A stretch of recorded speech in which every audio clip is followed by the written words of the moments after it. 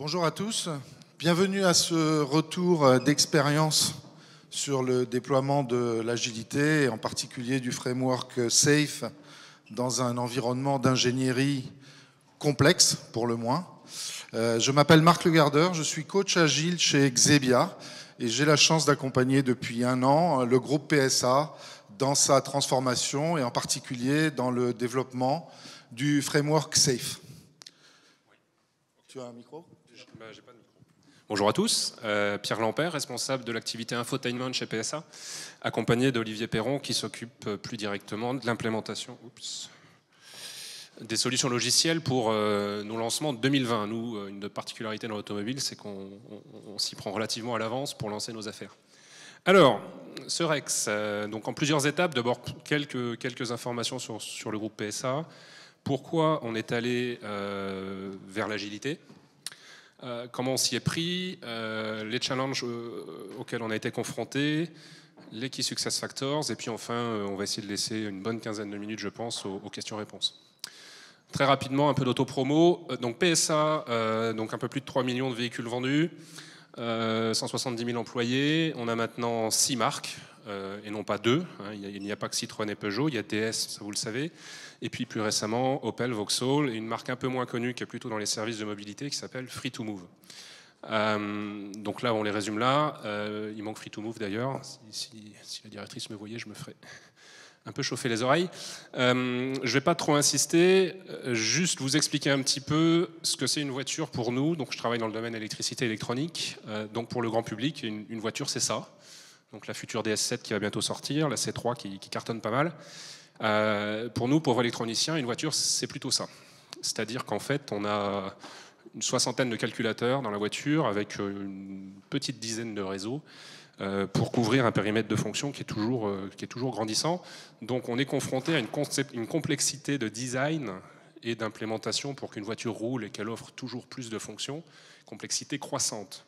Donc c'est un des gros challenges de l'automobile. Une division électricité électronique, juste pour faire ça, c'est presque 2000 personnes. Et c'est vraiment quelque chose qui nous anime au quotidien et qui est très très compliqué à mettre en œuvre. Juste pour vous illustrer quelques données sur l'accroissement du périmètre de fonction d'une voiture de 1950 à nos jours. On voit que voilà, on a un accroissement exponentiel du nombre de fonctions couvertes sur une voiture. On a en 2010 une 50aine de calculateurs et on sera en 2019 à plus d'une 100aine de calculateurs dans la voiture pour couvrir toutes les nouvelles fonctions qui sont apportées, en particulier l'aide à la conduite et même l'infotainment. Et la complexité d'un soft, alors ce n'est pas des chiffres qui viennent de PSA, mais juste pour illustrer que voilà, la somme des lignes de code dans un véhicule haut de gamme, de luxe, c'est presque 2 fois plus que tout le soft de Facebook, c'est 6 ou 7 fois plus qu'un Boeing 787. Voilà, ce sont des systèmes très complexes. L'infotainment, donc moi je travaille dans le sujet infotainment, alors je vais peut-être aller directement là. Voilà. L'infotainment, c'est ça, en fait, qu'on se comprenne bien. Donc moi je m'occupe de l'implémentation de l'ensemble des solutions portées dans les différents écrans d'un cockpit. Voilà, donc on a pris un certain nombre de choix d'options technologiques sur lesquelles je reviendrai. Voilà, la particularité, comme vous l'avez vu dans le slide juste avant, c'est que notre infotainment, il n'est pas tout seul. Il a beaucoup d'adhérence avec beaucoup de systèmes. Et en particulier donc avec l'architecture électricité électronique, ADAS, donc les aides à la conduite. On a des interfaces avec le projet véhicule et on a de plus en plus d'interactions avec l'extérieur. On ne considère plus la voiture comme un objet, mais comme un objet étendu, avec sa contrepartie en débarqué. Donc c'est ce qui rend aussi de plus en plus complexe nos implémentations. 4 ans, c'est le temps pour développer un produit. Et juste pour vous donner un ordre de grandeur, il y a 200 à 300 personnes impliquées, PSA plus ses fournisseurs, pour implémenter l'ensemble. Alors, pourquoi PSA a décidé, en tout cas sur l'infotainment, de basculer en agile? Bon, là, je ne vais pas vous refaire un cours sur l'agilité. D'ailleurs, je ne sais pas, on n'a pas fait un vote à main levée si des personnes connaissent le framework SAFe dans la salle. Ah, une majorité, vous connaissez. Donc on a eu un problème, c'est que l'infotainment arrive à bout de souffle. Donc avant de vous assommer avec un slide, je vais vous raconter. Ça fait 15 ans à peu près qu'on essaye de lancer l'infotainment. Enfin, on n'essaye pas, on y arrive. Toujours avec du retard, jamais avec le bon périmètre de fonction et jamais au bon prix. 15 ans qu'on est à 2 doigts de se rater à chaque fois, que ça soit pour la 307 il y a 15 ans, la 208 il y a 5 ans, ou même plus récemment la 3008, dont vous avez eu le cockpit juste avant.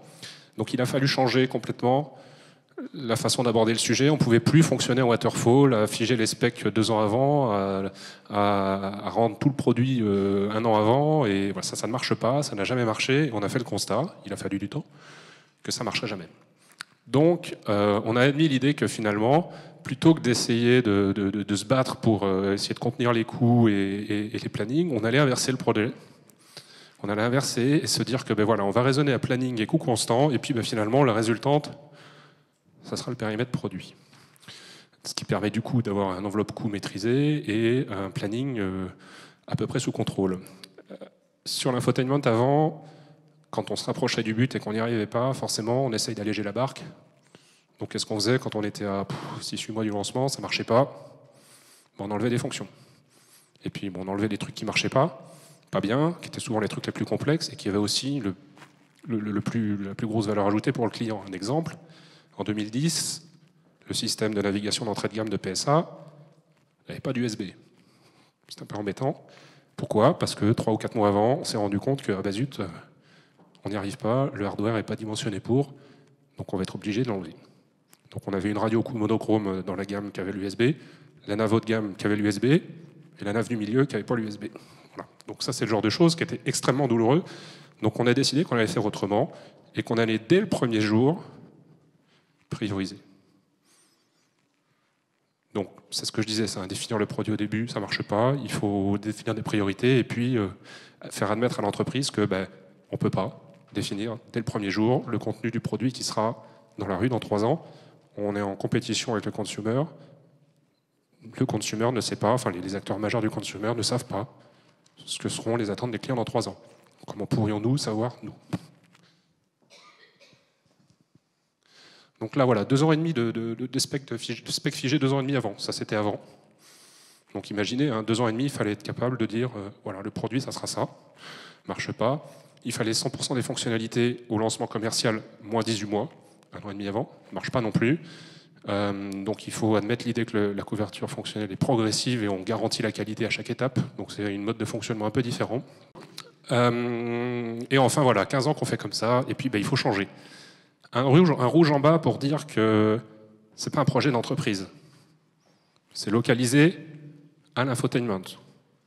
C'est très important de comprendre ça, parce que, vous allez le voir plus tard dans la présentation, mettre en route des méthodes agiles à l'échelle dans un environnement non agile, je vais vous cramer la fin du film, on n'a pas encore toutes les réponses. C'est comme ça. Et c'est une bataille quasi quotidienne avec des aléas qui surviennent, sinon tous les jours, en tout cas toutes les semaines. Voilà, donc ça c'est pour vous donner un peu le contexte de l'agilité telle qu'on a décidé de la mettre en place dans l'infotainment. Je vais passer la main, alors je ne sais plus si c'est à Marc ou à Olivier. J'ai un micro qui marche, merci. Bien, ça c'était le plan. C'était le plan initial qui a été conçu par Renaud Chevalier, ici présent.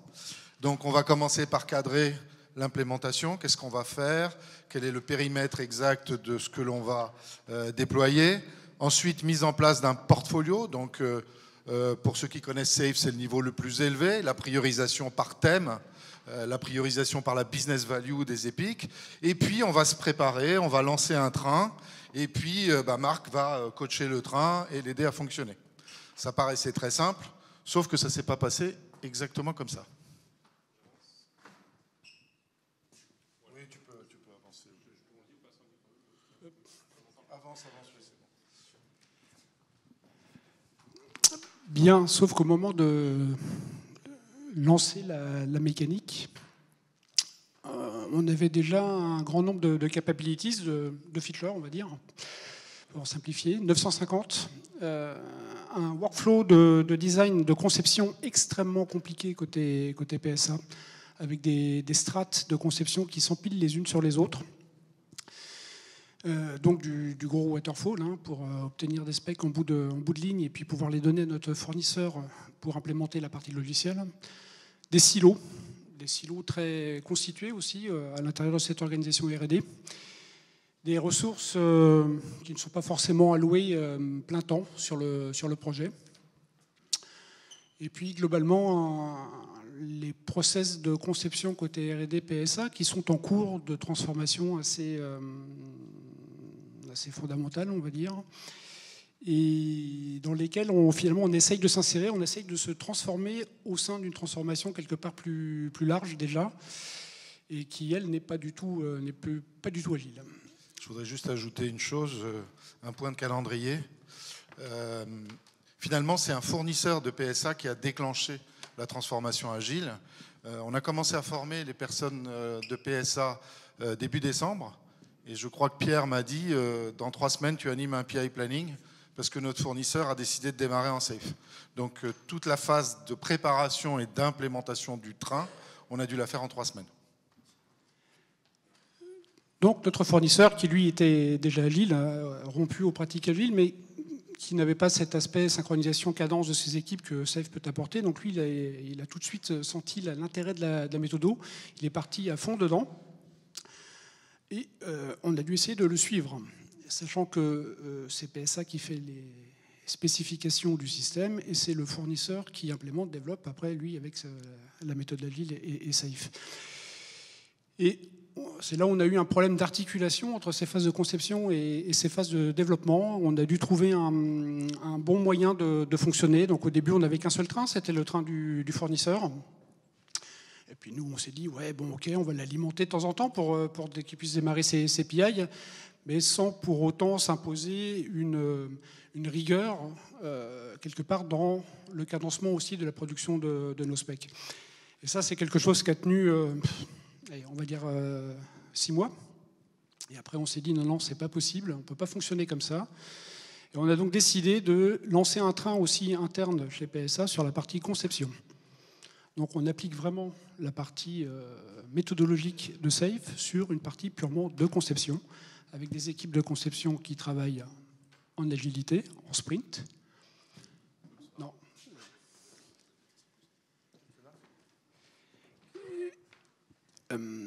Donc des équipes de conception qui travaillent en sprint. Donc un sprint démo d'une équipe de conception, c'est quoi? C'est la présentation de specs, c'est du PowerPoint qui explique ce qui a été fait en termes de spécification, en termes d'IHM, etc. Donc ça, on arrive à bien matcher vraiment toutes les pratiques agiles sur des équipes de conception. Néanmoins, j'avais parlé des silos tout à l'heure. Il a fallu casser un peu les silos, enfin casser un peu beaucoup. J'ai parlé de strates de conception qui s'empilaient, donc là aussi il a fallu intervenir. Et donc on a redéfini des équipes de conception un peu virtuelles, nos fameuses feature teams, en venant piocher dans les différents endroits de l'organisation pour pouvoir définir des équipes qui peuvent prendre un sujet de manière complète, de l'exigence haut niveau à l'exigence bas niveau pour le fournisseur, et qui est donc cette autonomie de travail. Donc là, ce qu'il faut bien comprendre, c'est que nous, on a mis en place ces verticalités, là, mais que chaque personne sur sa strate horizontale est tenue aussi, et c'est là la difficulté, de respecter un référentiel imposé par la structure à laquelle il appartient. Donc c'est là où les choses se sont un peu compliquées. Et comme d'un point de vue logiciel, on peut avoir une maturité de réalisation du logiciel, on a appliqué la même méthode côté spec. On a une maturité de spécification. Alors on a défini trois rangs de spécification, de la description de l'intention de départ à une formalisation de plus en plus fine de ce que l'on souhaite faire. Et on met en place après des diagrammes de flow cumulés qui permettent de suivre l'avancement de cette conception et de piloter sprint après sprint la réalisation des specs et de s'assurer qu'en fin de PI, côté spécification, nous serons en mesure d'alimenter notre fournisseur pour son PI de développement à lui. Côté fournisseur, alors lui, même s'ils étaient déjà rompus à l'agilité, etc., ils se sont retrouvés confrontés à une problématique dans l'application du framework Safe, c'est qu'ils sont essentiellement organisés en mode component, en component team. Alors même si Safe ne dénigre pas complètement les component team, ça n'est certes pas la méthode la plus efficace pour y arriver, et c'était un des problèmes sur lesquels nous avons buté lors de notre tout premier PI planning avec le fournisseur, cette organisation en mode component. Et on a trouvé la parade en définissant là aussi des feature teams virtuels. Bon, j'ai fait un tableau, là, une matrice qui, peu importe le contenu, mais en venant piocher dans les différentes équipes components, on arrive à former des équipes au niveau feature. Et au niveau du PI planning, de travailler dans un premier temps sur la première journée en mode feature team. Donc on va retrouver... Et juste pour ajouter un peu de complexité à un sujet qui était quand même simple jusque-là. Donc sur la partie du haut, première journée de PI Planning, ce sont les feature teams qui attrapent les différents sujets et qui, quelque part, remplissent leur sprint virtuel de feature team. Deuxième journée, on renverse la vapeur, on applique la matrice de transformation et on repositionne tous les post-it au niveau des équipes réelles, les équipes components, pour définir le contenu du PI. Alors c'est une gymnastique. C'est un peu compliqué, ça nécessite de détailler les choses peut-être un peu plus que lorsqu'on est directement en mode feature team. Néanmoins, c'est un peu la conclusion du truc, c'est que ça marche. Notre fournisseur arrive à être extrêmement prédictif dans sa planification de PI et on est tous très, très satisfaits finalement de ce mode de fonctionnement.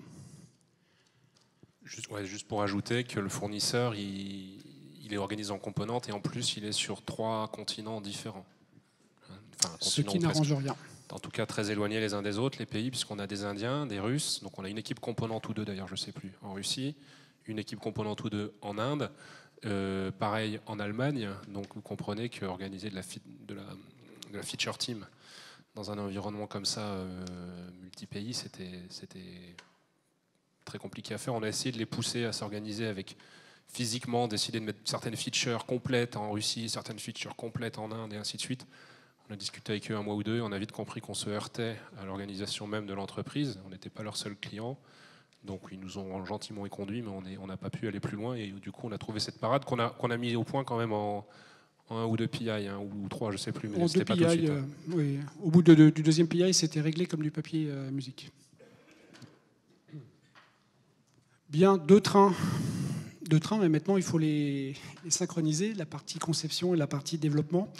Donc en fait, côté conception, bien évidemment, on doit travailler en avance de phase. On ne peut pas travailler dans le même mouvement temporel que le train de développement. Donc on a un train de conception, celui du haut, qui est quelque part en avance d'un PI plus 3 semaines. Sachant qu'après, en termes d'organisation de nos PI, nous sommes aussi confrontés au reste de la R&D PSA, qui est en mode waterfall et sur laquelle nous avons des adhérences plutôt fortes par endroits. Et donc, cela nous a contraints à fixer une durée de PI de 13 semaines, puisque le reste de la R&D délivre par trimestre. Et un trimestre, c'est 13 semaines. Donc, pour éviter d'avoir des phénomènes de désynchronisation complète avec le reste de la R&D, nous n'avons pas eu d'autre choix que de se caler sur un PI de 13 semaines, ce qui n'est pas très sympa, parce que 13, c'est pas un nombre pair, et du coup, faire des séquences de sprint sympathiques, eh ben, on n'y arrive pas. Donc, du coup, côté conception, c'est organisé en 4 sprints de 3 semaines, 12 semaines, plus une espèce de semaine blanche pendant laquelle nous faisons notre PI planning de conception. Le retard ensuite de 3 semaines par rapport au train de développement, c'est nécessaire pour permettre à notre fournisseur de digérer les specs qu'on leur livre et qu'ils puissent commencer à travailler la piste d'architecture de leur côté et de commencer à travailler les user stories qui en résultent pour pouvoir démarrer leur PI planning à eux dans les meilleures conditions possibles. Côté fournisseur, donc un séquencement du coup en 5 sprints de 2 semaines plus un dernier de 3. Donc le dernier sprint d'innovation et de préparation du prochain PI se déroule sur 3 semaines. C'est aussi la phase de stabilisation de leur logiciel. C'est un peu long, 13 semaines, mais on y arrive. Ce qui n'empêche pas, dernier mot peut-être sur ce schéma-là, ce qui n'empêche pas pendant les phases de conception, de notre côté, de pouvoir discuter en permanence avec les équipes de développement pour arriver à une convergence progressive de nos specs par rapport aux capacités du fournisseur. C'est-à-dire que lorsqu'on arrive en fin de PI de conception, le fournisseur ne découvre pas nos specs. Ce n'est pas une surprise. Il les a vus régulièrement pendant les 3 mois qui se sont écoulés. Il a pu discuter régulièrement avec nous, s'assurer qu'il les comprenait bien et qu'il était en capacité de les réaliser.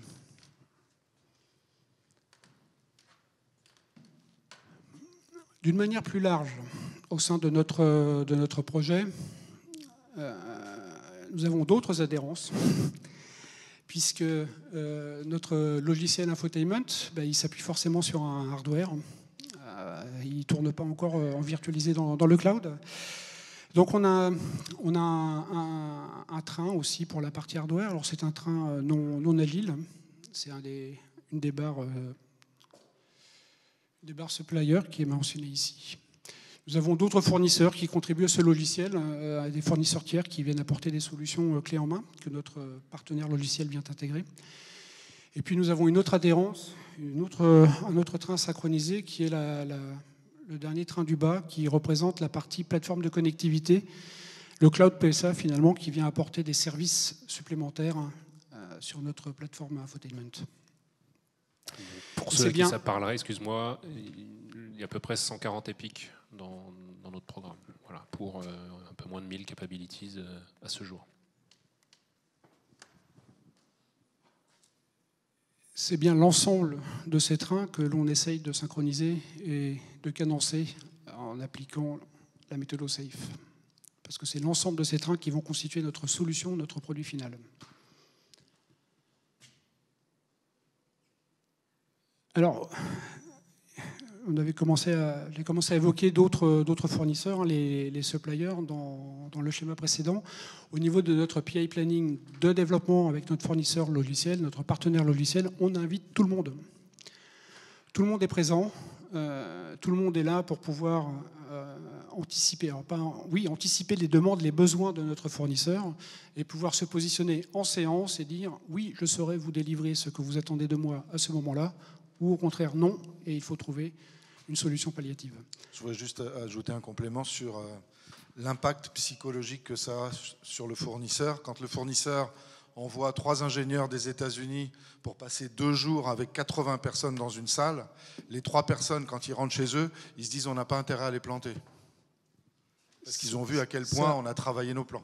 C'est effectivement un effet assez bénéfique parce que les autres fournisseurs se rendent compte effectivement de l'impact que pourrait avoir de leur côté le non-respect d'un engagement.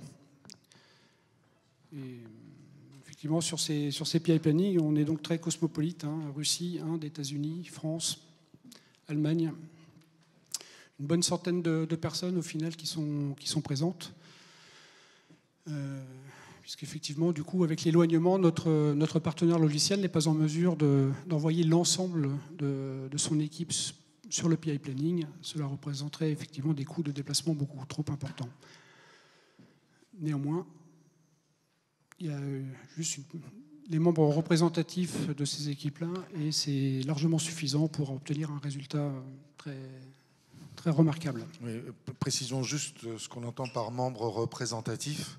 Vous savez qu'un des principes de SAFe, c'est que ce soit les équipes qui s'engagent, et on a conservé ce principe. Donc les gens que le fournisseur envoie ici en France ne sont pas des chefs ou des managers, ce sont des gens qui font.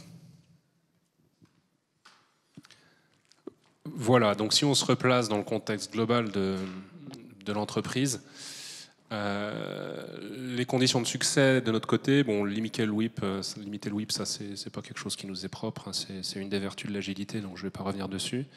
Gérer notre propre transformation, le projet de transformation et construire maintenant le chemin vers l'autonomie. C'est-à-dire que PSA, on vous aime beaucoup, vous nous aider tous les jours et c'est génial, mais l'idée c'est quand même qu'à un moment donné on réussisse à marcher tout seul, ou en tout cas en vous tenant le moins possible la main. Et du coup, ça c'est l'étape d'après. Donc là, on a déjà un SPC dans nos murs et on en aura peut-être d'autres demain. La formation du management, ça reste un point difficile chez nous. Alors le problème, c'est que les chefs, quand on leur a expliqué ce que je vous ai dit tout à l'heure, qu'avant ça marchait pas du tout, donc maintenant on va prioriser, on va faire de l'agile, ça va être super. Ils ont tous adoré, Ils sont tous repartis avec leur idée. Voilà, on a essayé de les rattraper. Donc je parle d'une vingtaine d'exécutifs au global qui tournent autour de nous là. On a tous essayé de les éduquer un peu comme ça entre deux portes, mais on n'a jamais réussi à les mettre dans une salle pendant un jour voire deux pour les aligner sur la méthode. Donc voilà, ça c'est un petit plan de progrès qu'on a. Ça fait 1 an qu'on cavale après leur agenda et ça a l'air de rien, mais pour l'instant on n'y est pas arrivé. La contractualisation, on n'en a pas trop parlé, mais c'est vrai que bon, c'est un peu nouveau chez nous de déployer de l'agilité à une telle échelle, donc c'est sûr que du coup il y avait un petit peu de jus à passer sur ça. Et puis on l'a dit 1000 fois, mais je le redirai une dernière fois, voilà les clés pour synchroniser nos nouvelles méthodes, nos nouveaux workflows de conception avec et dans un environnement qui lui n'est pas agile. Voilà, donc ça résume ce que je vous ai déjà dit, l'organisation de la conception par strat, le processus de conception lent, la multilocalisation, les composants de team. Nous, voilà, ça résume à peu près les contraintes extérieures auxquelles on fait face. Et puis sur la droite, les réponses qu'on a pu apporter, la création de feature team, décaler les processus de conception, enfin les anticiper d'un trimestre pour pouvoir alimenter régulièrement nos fournisseurs, d'ailleurs pas qu'un. La multilocalisation, ben on la résout par les moyens de communication modernes, mais aussi par de la réunion physique tous les trimestres. Et puis la composante Teams qu'on ne dissout pas, mais qu'on organise temporairement quand c'est nécessaire, de façon virtuelle en feature team.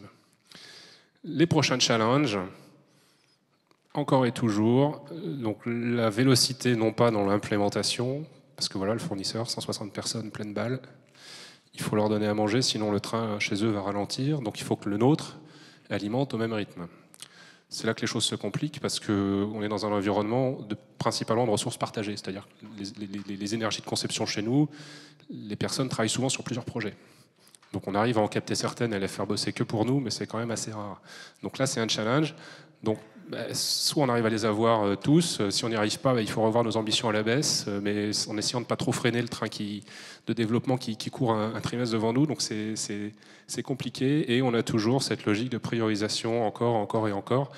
Le challenge auquel on fait face aujourd'hui, c'est que comme on a lancé ça en expliquant à nos patrons que voyez, on va prioriser et y aller progressivement, ils nous disent oui mais d'accord, mais à la fin j'aurai quoi ? Leur répondre, vous verrez bien, c'est un peu juste. Il faut trouver quelque chose d'un peu plus consistant. Donc ils attendent de nous qu'on soit capable au moins d'estimer la vélocité de nos équipes en développement, en conception.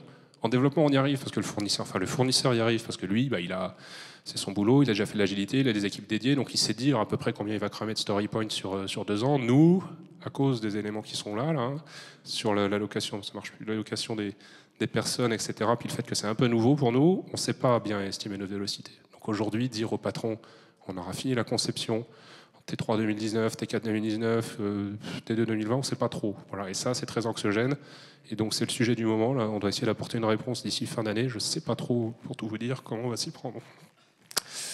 Voilà, ça je l'ai dit. Certains suppliers qui nous disent qu'ils font du safe, en tout cas qui nous l'ont dit quand on était en phase de consultation au moment de les choisir. Je pense qu'ils ont compris que c'était un mot qui sonnait bien à nos oreilles. Il faut qu'on vérifie quand même que c'est vraiment le cas. Et puis on va avoir des nouveaux fournisseurs pour toutes les solutions soft intégrées dans le produit, fournisseurs de navigation, de reconnaissance vocale, qui vont aussi s'insérer dans le dispositif. Voilà. Je ne sais pas quelle heure il est. Il nous reste un quart d'heure pour les questions-réponses.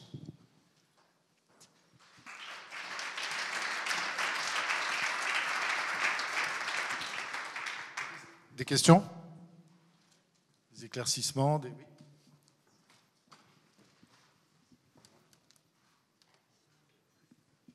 Bonjour. Moi, je voulais savoir en fait comment vous avez géré le décalage entre le moment où votre train de design s'est lancé et le fait que votre supplier il était déjà dans le rythme. Ça s'est fait de manière naturelle, étant donné qu'il y avait déjà les PI côté fournisseur, côté développement. On avait déjà cette frontière de début de PI où on devait lui livrer des choses. On devait s'assurer qu'on livrait un paquet de specs qui était qui représentait en tout cas l'intention qu'on avait de notre roadmap, hein, qui représentait cette intention de développement pour le prochain PI pour lui. Donc il y avait déjà cet aspect quelque part cadence qui était présente. Et là où ce qu'on a amélioré en fait avec la mise en place d'un train, c'est qu'on a vraiment mis en place toute la mécanique qui vient avec Safe et notamment le PI planning. C'est surtout ça qu'on a réussi à mettre en place et qui nous a permis d'être plus efficace encore dans la définition de ce que l'on devait mettre en chantier en conception pour pouvoir alimenter le fournisseur.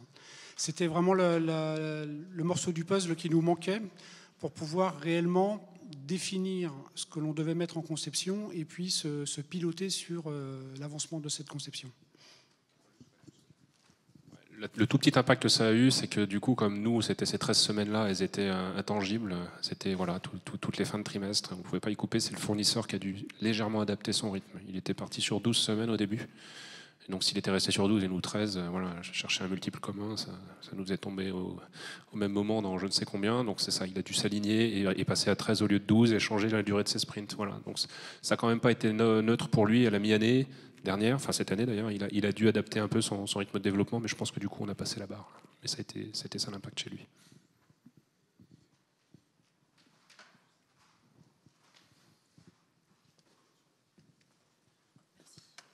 Alors j'ai deux questions. Alors, la première, c'est quoi votre time to market? Quelle est la durée la plus courte où vous produisez de la valeur? Genre un end user dans sa voiture, il profite de vos fonctionnalités.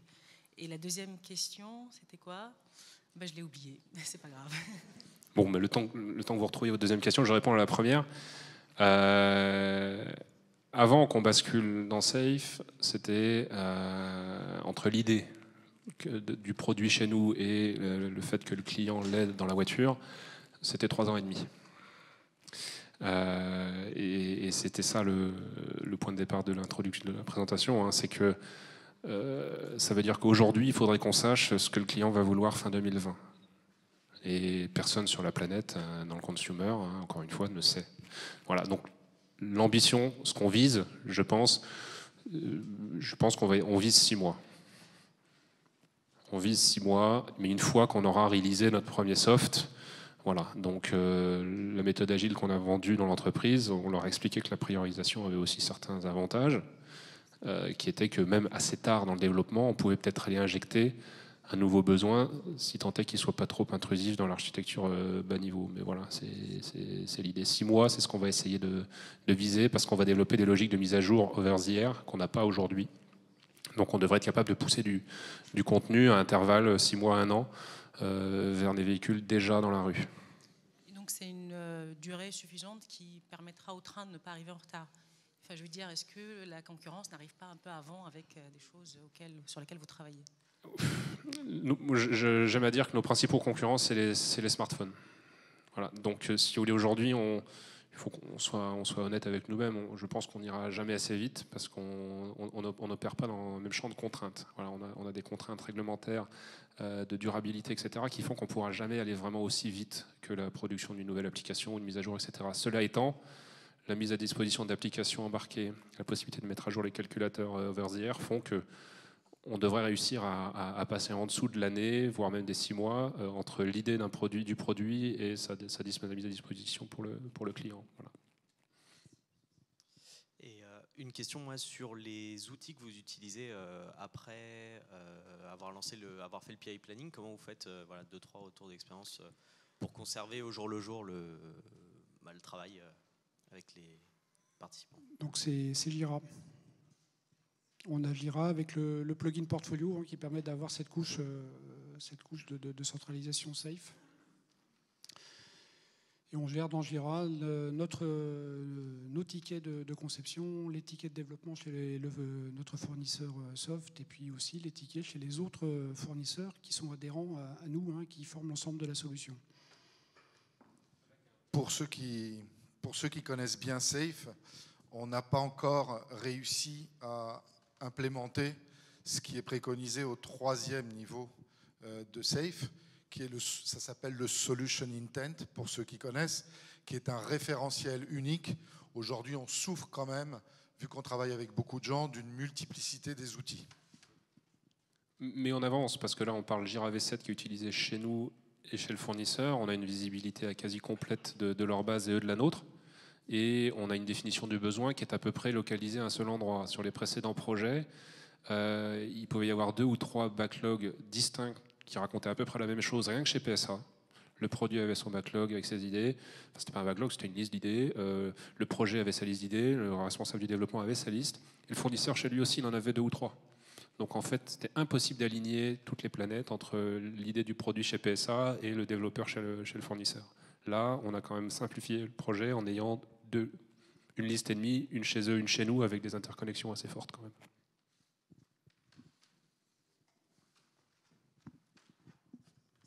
Une question très opérationnelle. Combien de personnes pour préparer, animer un PI planning avec 100 personnes? Et un peu quels sont les profils des personnes qui animent ça? Je réponds. Alors, lorsque j'ai animé le premier PI planning chez PSA, j'étais avec Olivier et avec Pierre. On l'a démarré tous les trois. Là, on ne faisait pas de l'agilité, on a fait de l'arrache. D'accord ? Donc, on a lancé notre PI planning qui finalement s'est bien passé. Évidemment, au début, dans les premiers PI planning, il faut constater un certain chaos et il faut tout de même un chef d'orchestre. Il faut quand même quelqu'un, une personne qui prenne le lead. Mais l'expérience nous a prouvé au fil des PI que maintenant, ça se passe très bien et il faut un seul RTE qui anime, c'est tout, ça suffit. Le RTE qui est chez le fournisseur, hein. D'ailleurs, hein, on s'est posé la question à un moment si le RTE du train de développement devait être fournisseur ou PSA. Voilà. Donc il a son miroir chez nous qui est Olivier, mais finalement la casquette réelle de RTE vue du fournisseur, c'est quelqu'un qui est chez le fournisseur. Ça, c'est vraiment essentiel. Ça répond à votre question ? Oui. Après, sur la préparation du PI planning en tant que tel, donc il y a le RTE chez notre fournisseur qui synchronise et organise tout cela. Par contre, la préparation plus fine, notamment côté user story pour pouvoir alimenter les équipes, là c'est l'équipe de product owner côté fournisseur qui est à l'œuvre et ça doit représenter à peu près 5 à 6 personnes, plus une contribution des architectes aussi, qui amènent sur la table les évolutions de la piste d'architecture. Et on a constaté d'ailleurs qu'un PI planning bien préparé se déroule toujours mieux qu'un PI planning non préparé. Donc tout ce qu'on peut faire à l'avance, préparer à l'avance, on le fait à l'avance. Bien sûr en laissant la marge de manœuvre pour l'émergence et la découverte pendant le PI planning.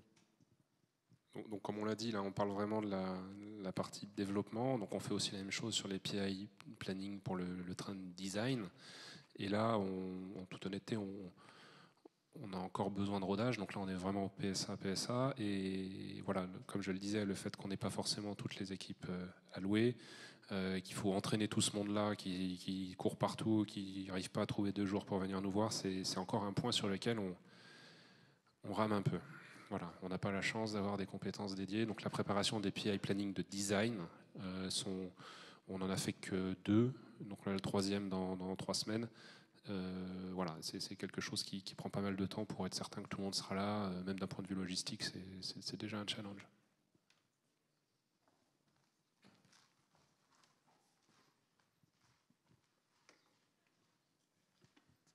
Est-ce que toutes les personnes qui ont fait partie de votre train de design ont toutes été formées à SAFe ou comment vous avez géré J'ai envie de dire oui. Oui, on a formé tout le monde. On a passé un peu vite tout à l'heure, on a formé entre 100 et 120 personnes chez PSA, donc par batch de 2 jours. Donc on a formé la quasi-intégralité des équipes de conception chez nous, y compris même les intervenants et prestataires extérieurs qui se sont insérés dans le dispositif de formation aussi. On n'a pas été regarder s'ils étaient inscrits PSA ou prestataires. On a vraiment formé tout le monde. S'il part 3 mois après parce que c'est la vie dans la prestation, ben tant pis, mais on a fait ce pari-là. Voilà. Et le fournisseur aussi a été formé, bien évidemment. Et je dirais même que voilà, après on a des nouveaux accords avec. C'est pas des accords, on travaille maintenant avec Opel, Vauxhall, etc.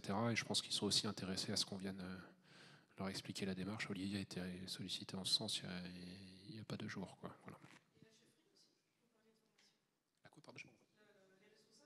La chefferie, c'est ça ? J'aime bien l'expression.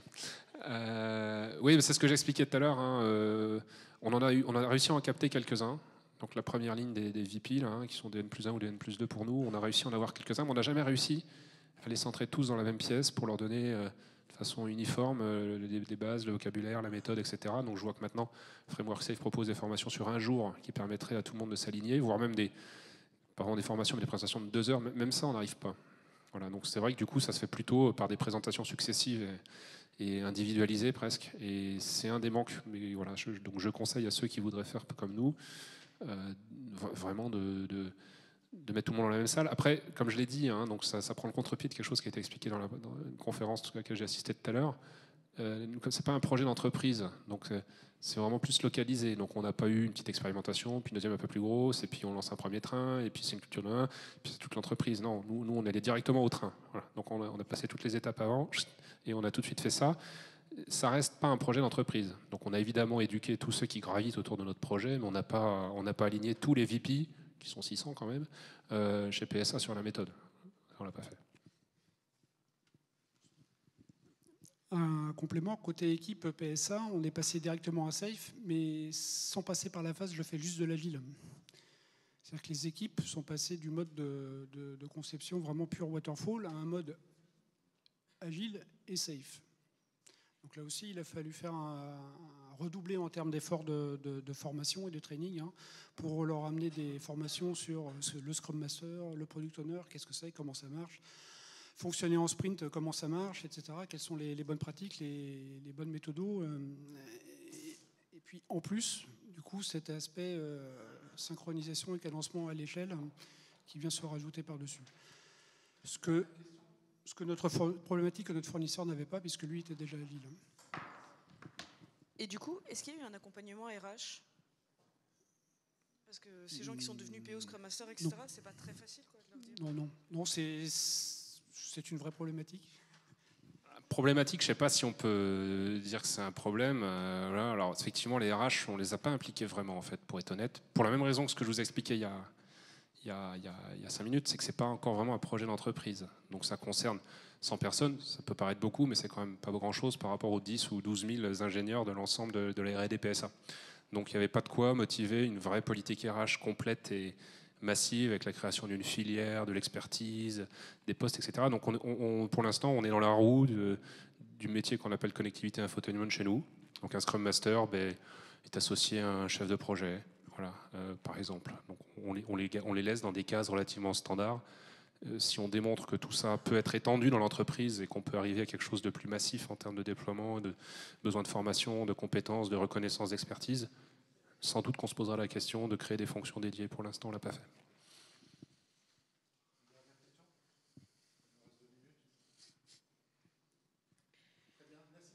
Merci.